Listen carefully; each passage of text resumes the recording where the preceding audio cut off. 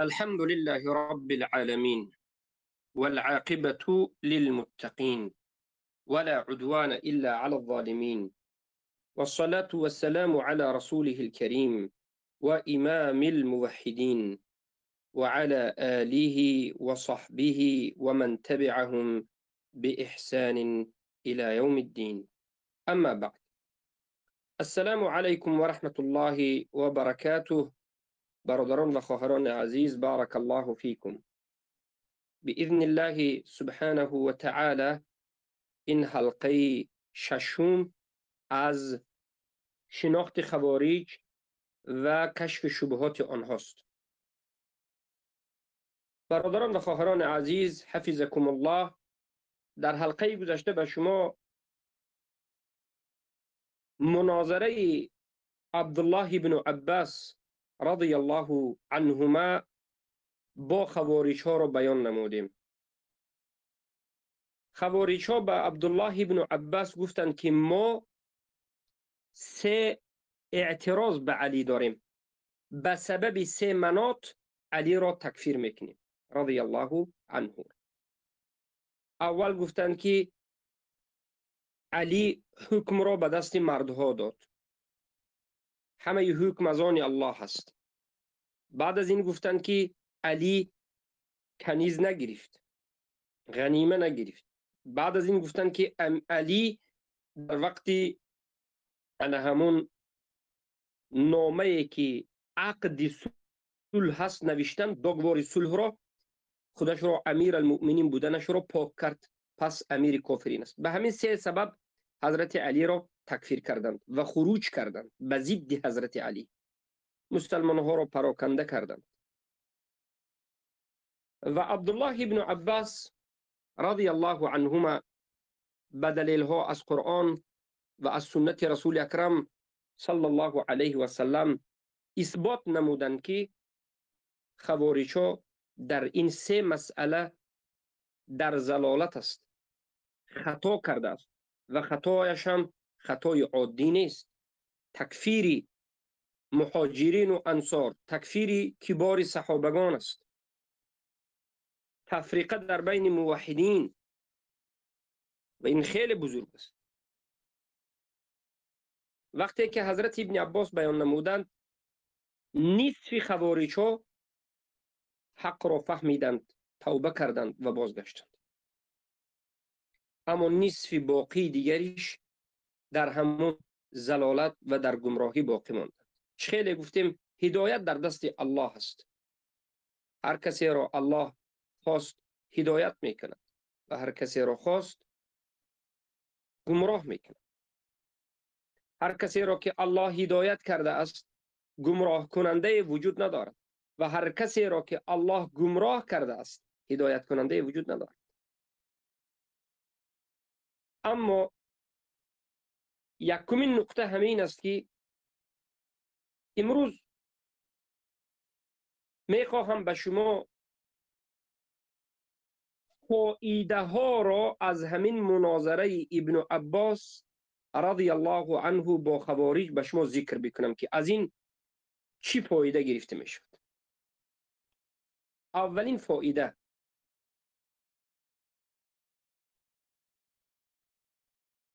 خوارج ها اولین خوارج ها ذوالخویسره به پیامبر خروج کرد و گفت پیامبر عدل نکردی، عدل کن. دومین قسم خوارج به حضرت عثمان خروج کردند و حضرت عثمان ابن عفان رضی الله عنه را به قتل رسانیدند. سیومین خوارج ها به حرورا جمع شدند، اینها را حروری گفته می شود، به حضرت علی خروج کردند و همه صحابگان را تکفیر کردند. در بین این خوارج هایی که در زمان حضرت علی رضی الله عنه بودند، یک نفر صحابه وجود نداشت، گمراه بودند. همه صحابگان از مهاجرون و انصار، این طائفه که به حضرت علی خروج کرد، گمراه می گفتند. اما با وجود این خوارج ها در همین راه خود، در همین گمراهی خود غوطه زده و باز عقیده باطل خود ادامه می دادند. از این چی فایده گرفته می شود؟ از این چی می آموزیم؟ از این می آموزیم که شیطان انسان را هر گونه گمراه می کند. شیطان انسان را به هر راه فریب می دهد.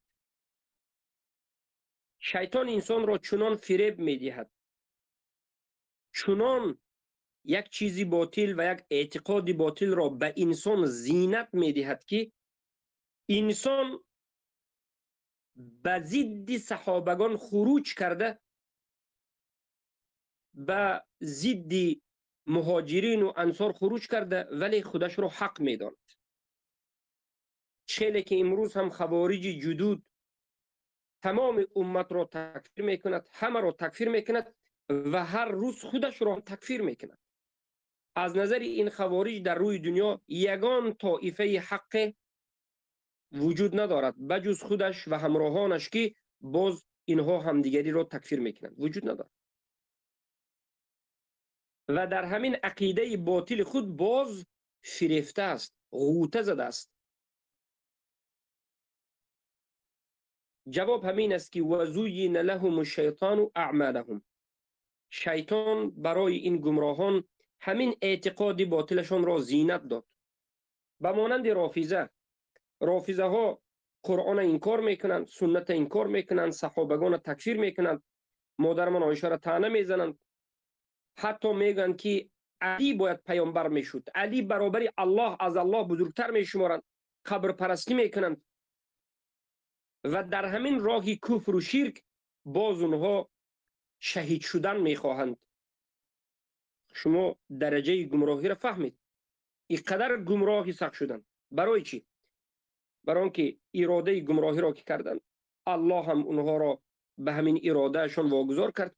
و زین لهم الشیطان اعمالهم، همین دین خرافاتی بافته و ساخته رافضه را شیطان برای همون رافضه ها زینت داد. سبحان الله. پس ما باید احتیاط شویم، همیشه در ترس، همیشه در حالت مواظبی خود باش، همیشه در حالت مواظبی خود باش. فایده دیگر همین است که یکی از فایده های بزرگ، یکی از اولین شاید فایده ها، حریص بودن اهل حق به هدایت گمراه گشتگان. چگونه ای که عبدالله ابن عباس رضی الله عنهما حریص بودند در همین بحث و مناظرهشون برای هدایت یافتن خوارج های گمراه گشته. حتی به سبب مناظره عبدالله ابن عباس نصف این گمراهان گشته هدایت یافتند. مثلا اگر حضرت ابن عباس پروا نکنند، بے پروا باشد، هر گمراه شده باشد گمراه شد، پروا نکرده گردند، همون کسایی که هدایت شد هدایت نمیشد، فساد بزرگتر بود. اما صحابگان رسول اکرم صلی الله علیه و سلم، شاگردان رسول الله، حریص بودند به هدایت یافتن مردم، حرکت میکردند که به پسترین مردم خوب دین را آهسته بیان بکنند، صحبت‌های این گمراه گشتگان را گوش بکنند و جواب بگویند، به امید این که شاید اینها هدایت یابند. حضرت ابن عباس رفتند، خوارجانی که یک نفر از صحابه در بینشان نبود، گمراه گشتگان، جوهلا،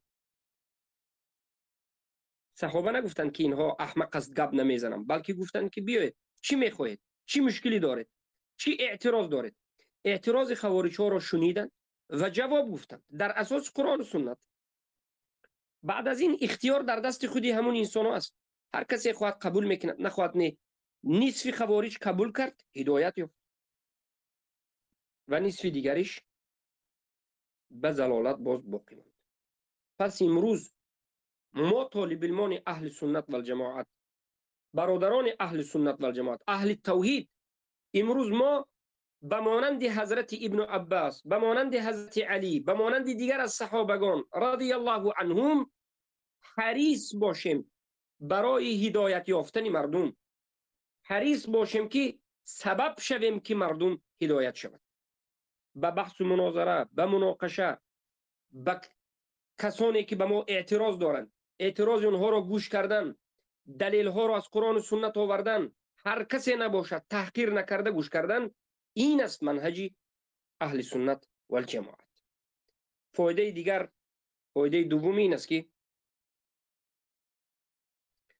مشوره کردن اهل حق به حاکمان مسلمان،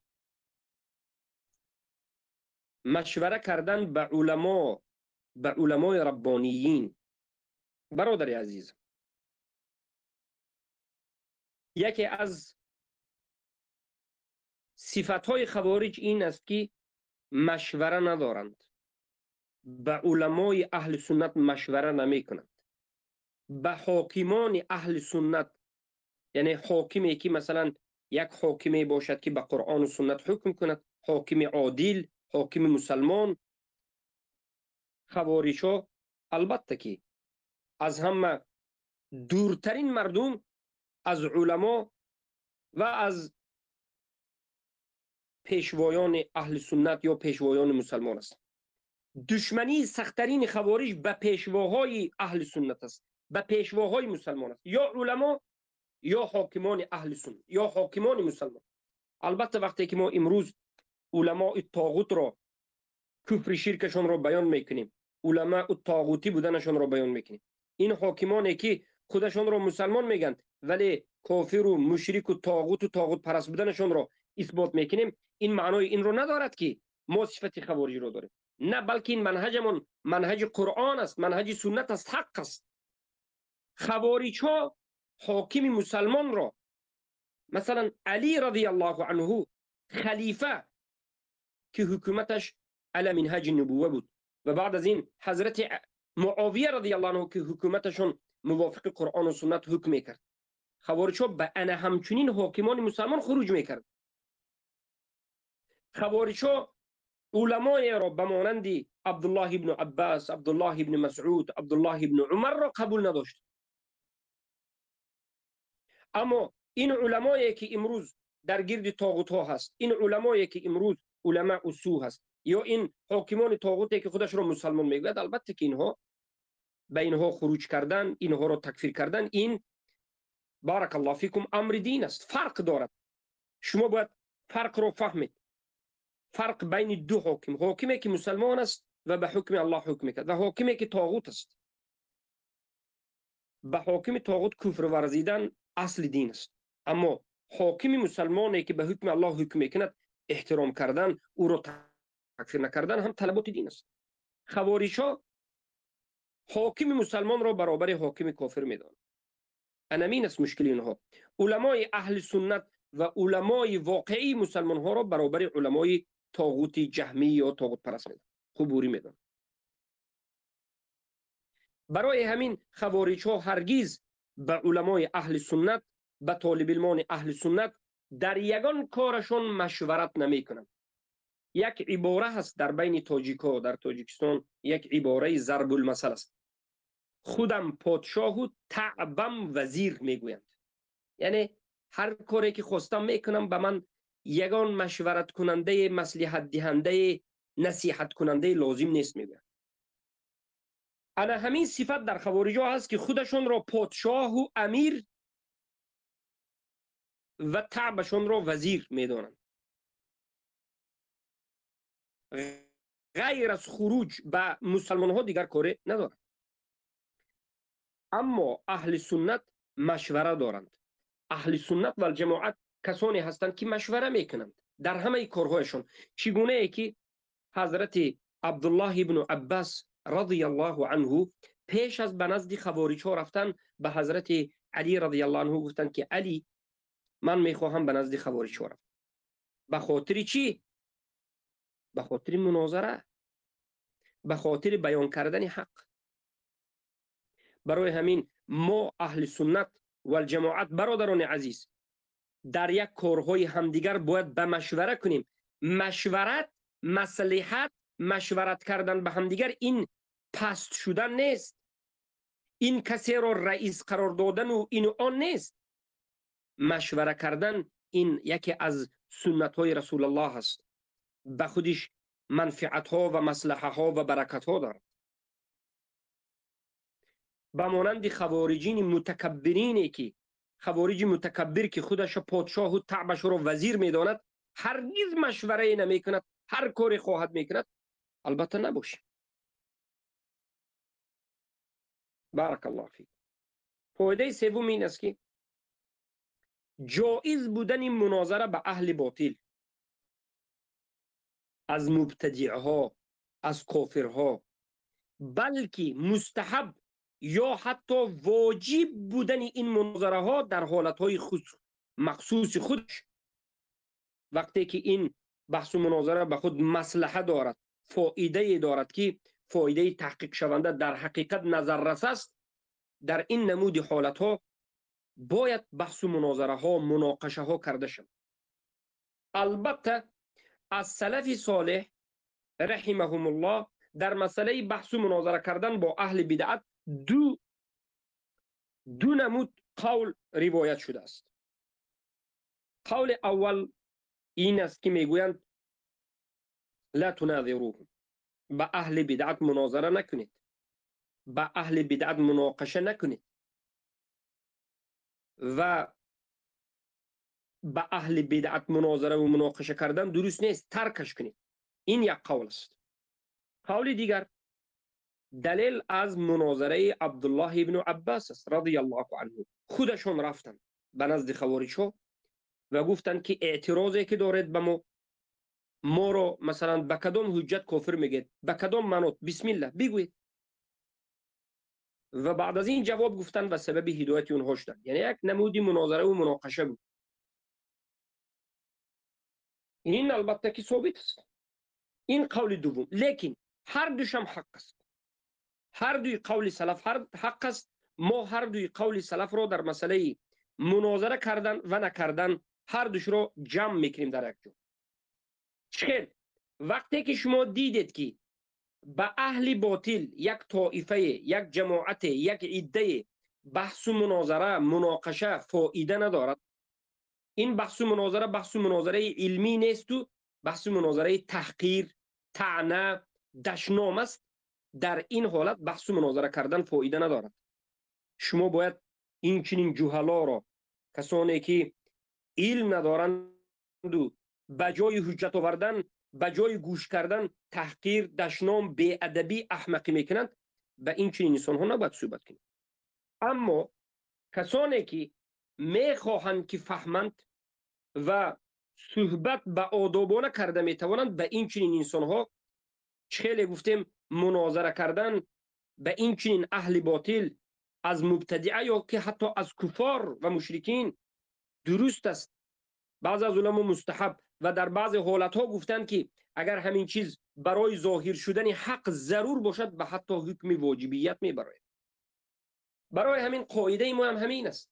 هر کسی که از خوارج ها، جهمی ها، رافضه ها، مداخله ها، حزبی ها، اشاعره و ماتریدی، جهمی ها و طاغوت و طاغوت پرستان بیایند و بحث و مناظره خواهند، اگر به آداب، به اخلاق و در مدت معین شده گپ ها را تکرار نکرده به حجت و به یک انیق و دقیق صحبت بکنند و به سؤال های ما جواب بگویند و ما هم به سؤال های اونها جواب بگوییم، بله ما همیشه به بحث و مناظره آماده.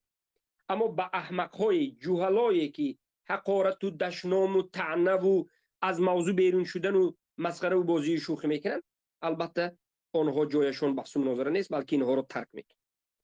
پس انا این دو سخن سلف. بارک الله فیکم.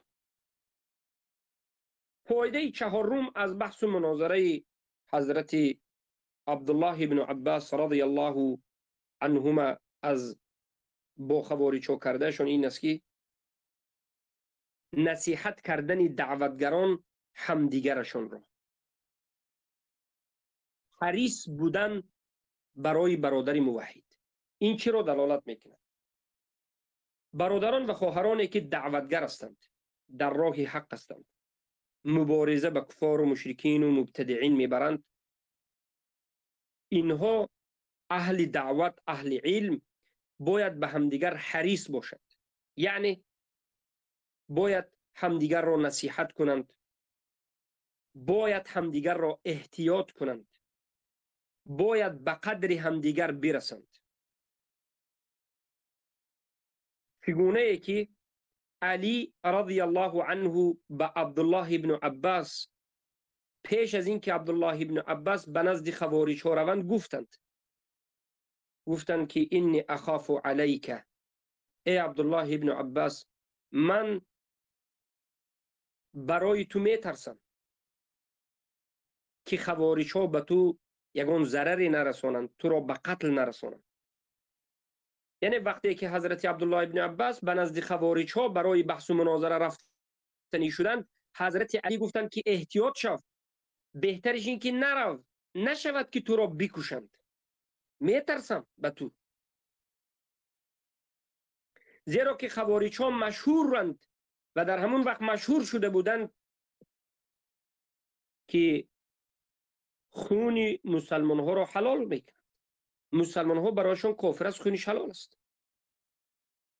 و رسول الله صلی الله علیه و سلم خوارج ها را همچنین وصف کردند که میگویند قال رسول الله صلی الله علیه و سلم یقتلون اهل الاوثان، یقتلونهم اهل الاوثان، او معذرت خواهی میکنم از حفظم، یقتلونهم اهل الاسلام و یدعون اهل الاوثان. حدیث متفق علیه است. آنها اهل اسلام را میکشند، مسلمان ها را خوارج ها میکشند، تکفیر میکنند، میکشند، اما بت پرست و مشرکین و دیگر کفار را ترک میکنند، پروایی به اونها ندارند.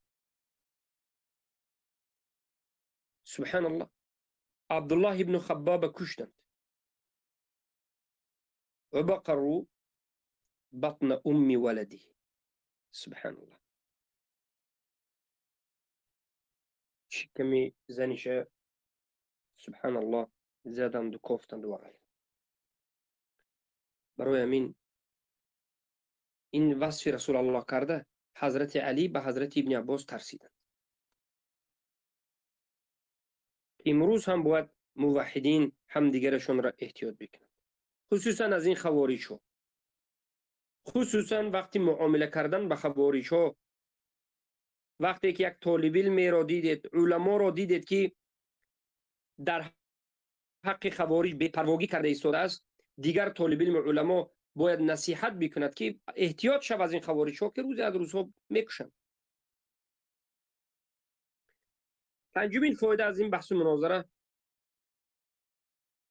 حسن توکل یک دعوتگر به الله سبحانه و تعالی، یعنی زیبایی و کمال توکل نمودن یک دعوتگر به الله سبحانه و تعالی. یک دعوتگر همیشه وقتی که به یک بحث، به یک مناظره میبرد، خب به خوارج، خب به رافضه، قبوری، حزبی کسی نباشد، باید همیشه حسن توکل داشته باشد، توکل کامل زیبا داشته باشد به الله سبحانه و تعالی. چگونه که عبدالله ابن عباس به علی رضی الله عنه گفتند که کلا ان شاء الله، یعنی وقتی که حضرت علی گفتند که انی اخاف علیک، ای عبدالله ابن عباس، من به تو میترسم از خوارج ها، بناگاه خوارج ها تو را نکشند. حضرت عبدالله ابن عباس نترسیدند، نگفتند که اوه بله شاید مرا کشد، برای همین گپ نمیزنم، تمام، عقب نشینی نکردند، بلکه گفتند که نه هرگز، گفتند که هرگز انشاءالله نمیکشد، هرگز به من ضرر انشاءالله نمیرسد. هر یک دعوتگر در راه دعوت به خطرهای گوناگون گرفتار می شود.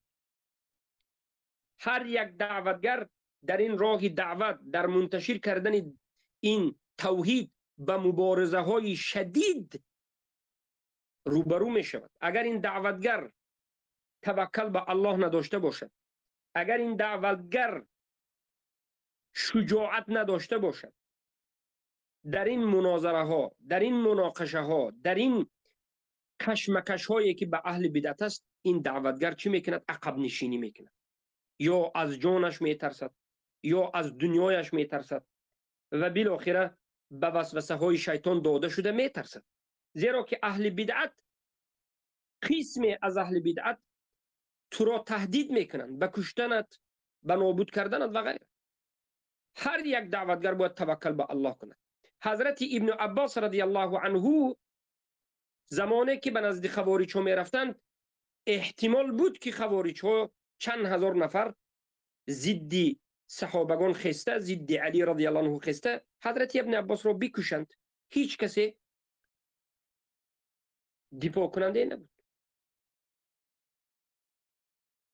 اما حضرت ابن عباس نترسیدند، برای خیرخواهی حریص که بودند برآمدند، رفتند بحث و مناظره کردند و سبب هدایت 50% خوارج شدند.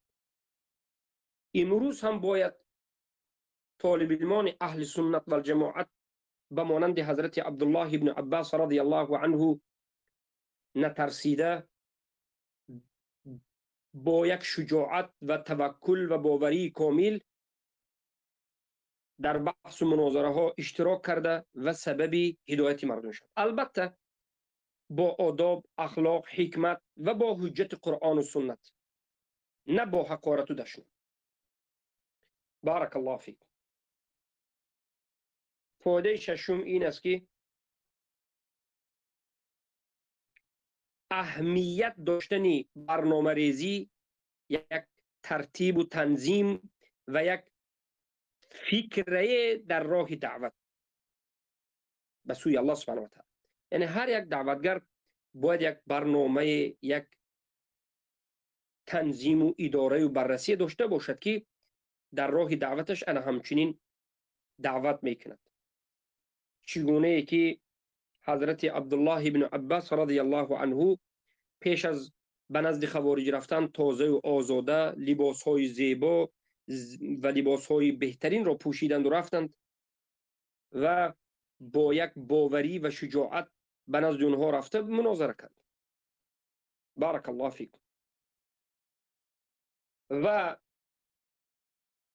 فایده هفتم این است که هر باره که شما بحث و مناظره با کسی میکنید، با یکی از این فرقه های باطل میکنید، حرکت بکنید که در اعتقاد آنها یک شبهه را، یک شک را در اعتقاد اونها و در تصورات اونها جای کنید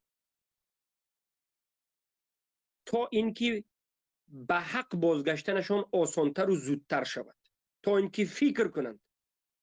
یعنی وقتی که بحث و مناظره می شود، شما به اونها به آیت قرآن و سنت جواب داده آنها را سوال میکنید که شما پیروان قرآن و سنت هستید یا که پیروان هوای است. مرحمت قبول کنید. همین است که هر انسان را به فکر می اندازد، به شک و شبهه می اندازد که عقیده ای که من گرفته شدم آیا درست است یا نیست. زیرا قرآن دیگر چیز میگه، سنت دیگر چیز میگه، من دیگر چیز میگم. پس من گمراه. حق مطلق قرآن است، سنت است. چگونه ای که عبدالله ابن عباس رضی الله عنه وقتی مناظره کردن با خوارج ها با یک شجاعت، باوری زیبا ایستادند و به قرآن و به سنت رسول اکرم صلی الله علیه و سلم آشکار و واضح اعتراض های کرده اونها را جواب دادند. اولا آرامانه گوش کردند. آرامانه گوش کردن اهل باطل این دلالت نمی کند که شما گمراهید. آرامانه گوش کردن اعتراض های اهل باطل این دلالت نمی کند که شما علم ندارید یا شما جاهلید یا شما شکست خوردید. نه، شما باید گوش کنید اون اعتراض هایی که اهل باطل دارد، فرقه های باطل دارد. آرامانه گوش میکنید و بعد از اینکه میشنوید هر یک نقطه اش را علاهیده جواب میگویید. چگونه که ما همیشه وقتی که به خوارج ها بحث و مناظره میکنیم میگوییم بیا اعتراض هایی که تو خوارج به ما داری، یا تو جهمی یا تو رافضه یا تو حزبی یا تو مدخلی یا تو طاغوت پرست یا تو جهمی اشعری ماتریدی صوفی قبوری، بیا به ما بگو. اعتراض یک، اعتراض دو، اعتراض سه. بعد از این گوش بکن جواب ما را که از قرآن و سنت به تو میگو. اما خوارج ها ترتیب و نظام نداره. خوارج ها میخواد که در یک دقیقه 15 مسئله را به ما اعتراض کند و ما هم از درون 15 مسئله یک تیش به جواب بگویم، باقی موندش به جواب نگویم. این خیلی نمیشه. شما بسیار بحث و مناظره ما رو با فرقه های گوناگون دیدگی هستید. همه این فرقه های گوناگون به ترتیب، به تنظیم، به آداب و به اخلاق هستند. به ترتیب نمیروند. یک اعتراض بکن، دوم اعتراض، سوم اعتراض و بعد از این جوابش گوش بکن. وقتی که از قرآن و سنت است تن بیتی. بارک الله فیک.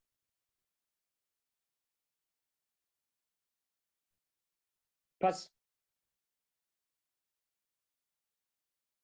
فایده هشتم این است که انسانی که دعوتگر است از اهل سنت، از اهل حق، از طائفه فرقه الناجیه، طائفه منصوره هست، باید علم داشته باشد، فهم داشته باشد. به این بحث و مناظره ها در اساس علم، در اساس فهم رود، خلفیه داشته باشد. خیلی که حضرت عبدالله ابن عباس وقتی که به نزد خوارج ها رفتن گفتن که اتیتکم من عند اصحاب النبی صلی الله علیه وسلم المهاجرین والانصار و من عند ابن عم النبی صلی الله علیه وسلم. من به نزد شما از نزد صحابگان رسول اکرم صلی الله علیه وسلم، از نزد مهاجرین، از نزد انصار، از نزد پسری عموی رسول الله، پسر عمک رسول الله آمده، از نزد داماد رسول الله آمده که قرآن برای آنها نازل شد. آنها به تفسیر قرآن از شما دیده داناترند و یگان نفر از صحابگان در بین شما نیستند. من از نزد اونا آمدم. انا همین مقدمه خودش برای خوارج یک ضربه شدید است. انا همچنین طالب علم در وقت دعوت باید بگوید که من به تو پیش از این که به بحث و مناظره بیایم تعلیم گرفتم، علم دارم، علما، منهج، این کتاب ها تو چی هستی؟ تو چی؟ گوش بکن توی ما.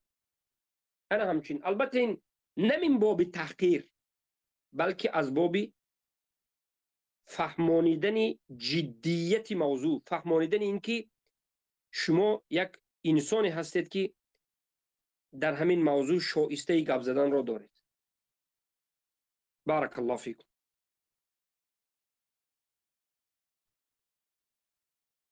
اما فایده دیگر این است که از همین قصه حضرت عبدالله ابن عباس با خوارج‌ها میفهمیم که اهل بدعت و ضلالت انا همین نصوص وحیین را، قرآن و سنت را در غیر موضع استفاده میبرند. مثلا یک آیت حجت میآورند به یکی از مسائل در حالتی که این آیت حجت نیست. یعنی آیت های قرآن را، احادیث رسول الله را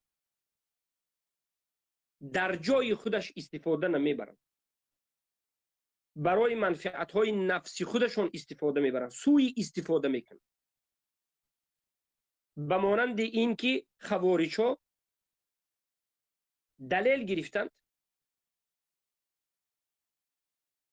برای ترک حضرت ابن عباس یا برای گوش نکردن سخن ابن عباس.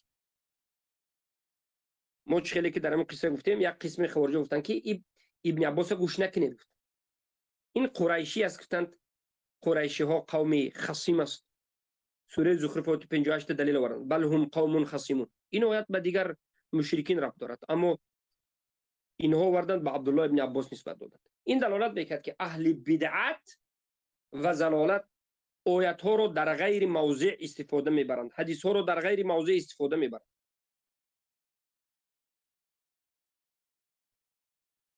این آیت دلالت میکرد که بل هم قوم خصیمون.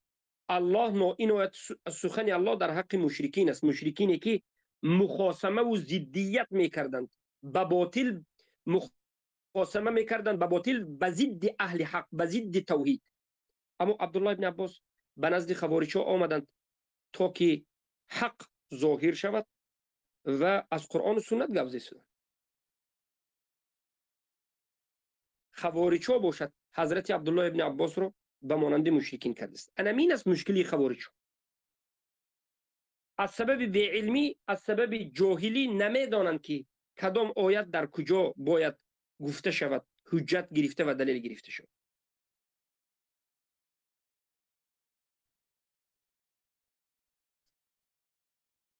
فایده دیگری که گرفته می شود از این قصه و از احادیث رسول اکرم صلی الله علیه وسلم، مغرور نشدن به حالت ظاهری خود یا به حالت ظاهری یک عده مغرور نشدن، و این یک قاعده بزرگ است. یعنی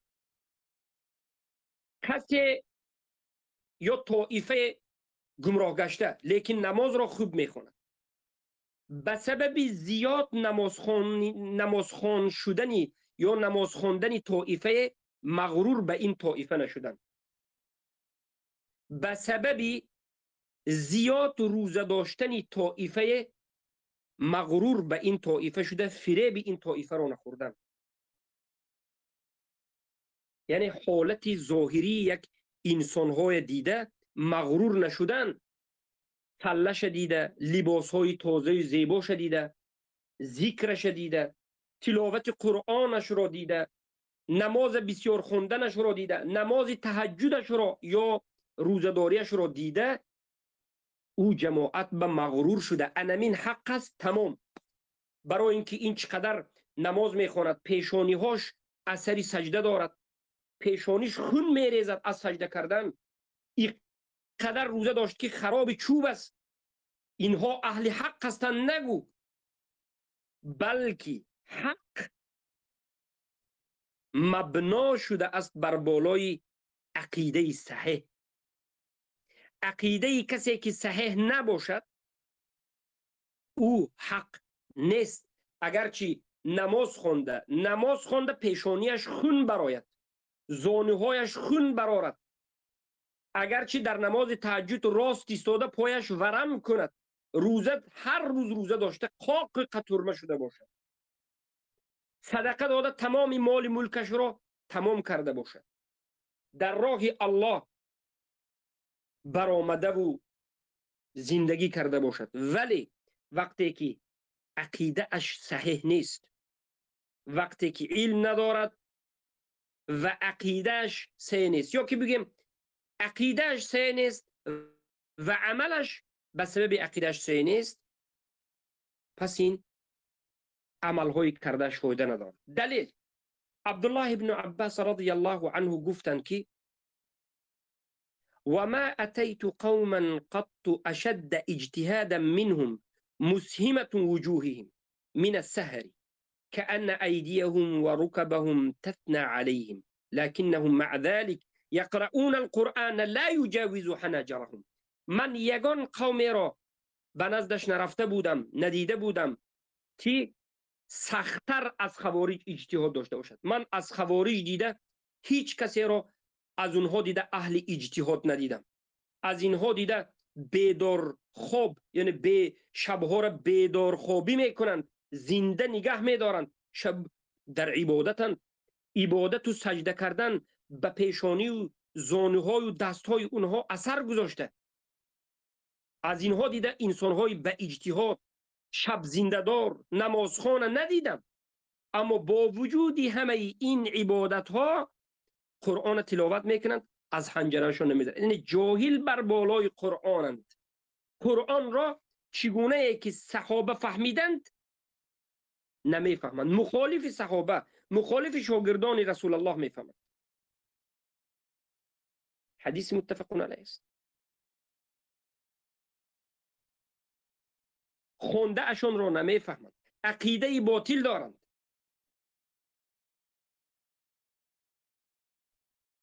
ناگفته نماند که بسیاری اهل زیغ، زلالت، گمراه گشتگان، اهل بدعت به همین عملهای خود مغرورند، به طاعت و عبادت خود می نازند، می بالند،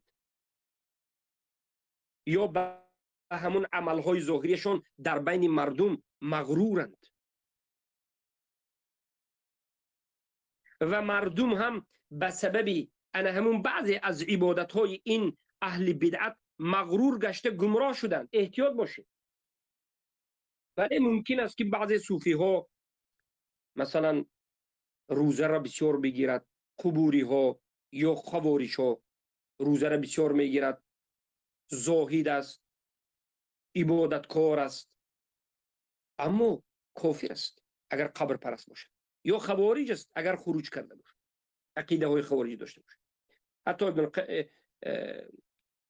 شمس الدین الذهبی در کتاب سیر و علام النبلاش میارد که یک رافضه رو میگه کان عابدا زاهدا کثیر الطواف، یک انسان بود میگه عابد بسیار عبادت کننده، زاهد، از دنیا بسیار دور شده و سخنهای حق به روبروی حاکم مسلمان میگفت، بسیار طواف میکرد در گرد خانه الله، اما رافضه بود.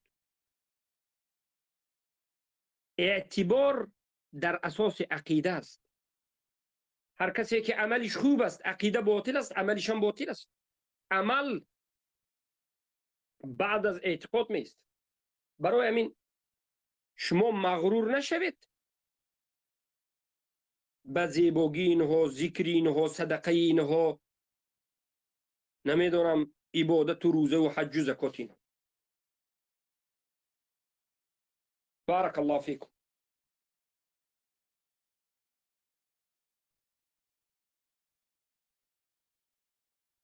حق خواه بودن از درون همین خوارج‌هایی که در زمان حضرت علی برآمد، ایده بودن که حق خواه بودند.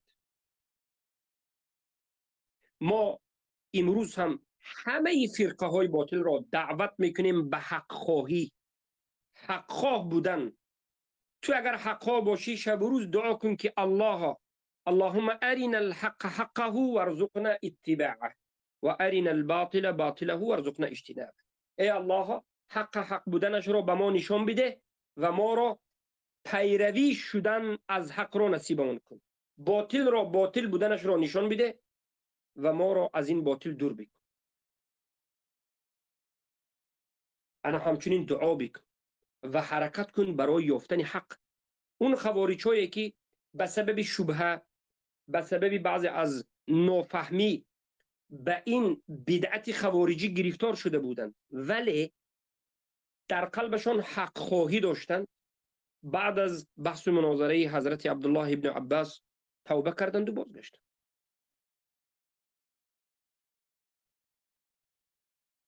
بارک الله فیکم. پس این است که آموخته می شود که دعوتگر باید طرف مخالف خود گوش بکند، دعوتگر باید اجازه بدهد که طرف مقابل خود بگوید. اگر طرف مقابل به حقارت باشد، به دشنام باشد، چهله که همیشه ما میگیم چی ضدیت دارد به ما، یک دو سه بگوید آرامانه ضدیت خود، اعتراض خود، ناراضگی خود را بگوید. چهله که حضرت عبدالله ابن عباس به خبر چه گفتن، چی ناراضی هستید بگوید. و بعد از اینکه خوارجان ناراضگی خود را گفتن، حضرت عبدالله ابن عباس شرح دادن. امروز باید طالب علم ها طرف مقابل خود را شنوند آرامانه و این چنین جواب بگویند در اساس قرآن و سنت. انا این است منهج اهل سنت. اما منهج اهل بدعت این است که اعتراض اهل سنت را، ضدیت اهل سنت را شنیدن نمیخواهد. ببینید امروز اهل بدعت یک منهج نو برآوردند، نه سخنهای اهل سنت را میشنوند، اون اعتراض هایی که اهل سنت میکنند، اون بیان هایی که اهل سنت ضد این طالب علم های باطل میکنند، این طالب علم ها نه سخن طالب علم اهل سنت را گوش میکند و نه به سوال ها جواب میگوید. پروا ندارد، نه گوش میکند نه جواب میگه. مردم هم همین طریقه را خوب میگویند. حالا اینکه این طریقه گمراه شونده و گمراه کننده است. باید هر طالب علم اعتراضی که در حق او هست آرامانه گوش بکند، یک دو سه، و جواب بگوید. جواب گفته نتواند توبه کند. این است منهج اهل سنت و جماعت، که دعوتگر اهل سنت انا همچنین باشد.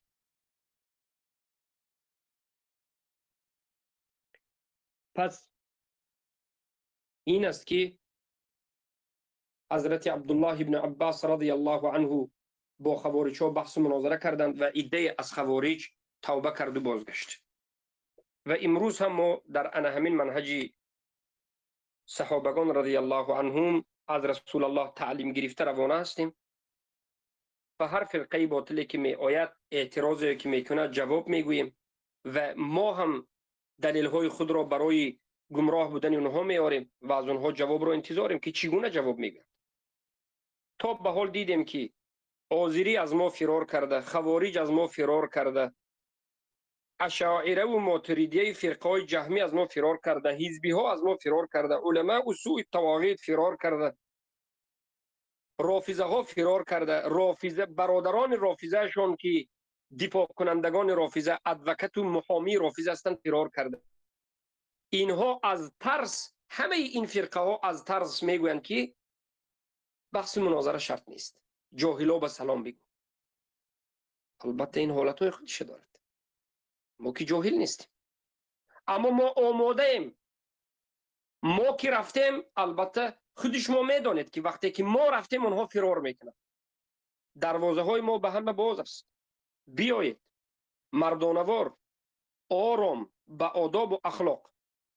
اعتراض داشته باشید، اعتراض، یا اعتراض ما را گوش بکنید و جواب بگویید تا که حق ظاهر شود و وحدت این امت در زیر قرآن و سنت، در زیر لا اله الا الله تحقق پیدا کند. همین است که منهج صحابگان بود و ما هم در همین هستیم.